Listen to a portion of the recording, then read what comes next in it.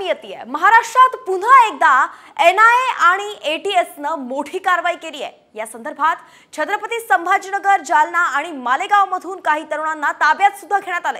त्यातील एकाचं नाव सय्यद इलियास असे।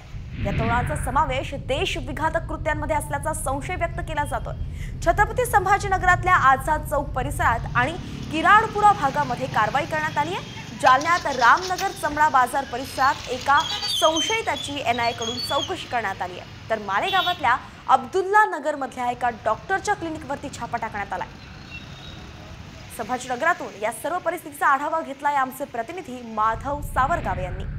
छत्रपती संभाजीनगर शहरातील किराडपुरा भागातील बदाम गल्लीमध्ये एनआयए आणि एटीएसने संयुक्तरित्या कारवाई केली आहे। या कारवाईमध्ये इलियास सय्यद या व्यक्तीला ताब्यात घेतलं आहे आणि ते एटीएसच्या ऑफिसमध्ये घेऊन गेलेत। या परिसरामध्ये मोठी गर्दी, बघ्यांची गर्दी इथं सकाळपासून आहे। आज पहाटे 4 ते 5च्या सुमारास याच गल्लीमध्ये एनआयए आणि एटीएसचे जवळपास 12 अधिकारी एकत्र आले आणि त्यांनी इथं संपूर्ण पाहणी केली। पाहणीनंतर एका घरामध्ये जाऊन ह्याची पूर्ण तपासणी केल्यानंतर एका व्यक्तीला ताब्यात घेतलं आहे। त्यांच्याकडची कागदपत्र, त्याचबरोबर ते कुठल्या संघटनेशी संबंधित आहेत, काय कार्यरत करतात, त्यांना जे एनआयए आणि एटीएसला जी माहिती मिळते त्या अनुषंगाने संपूर्ण तपासणी केली आहे। हेच ते घर आहे जिथे आज पहाटेपासून कारवाई करण्यात आली आहे आणि आता बघूयात या कारवाईमध्ये एटीएस आणि एनआयएला काय मिळतं आणि पुढची कारवाई काय होते।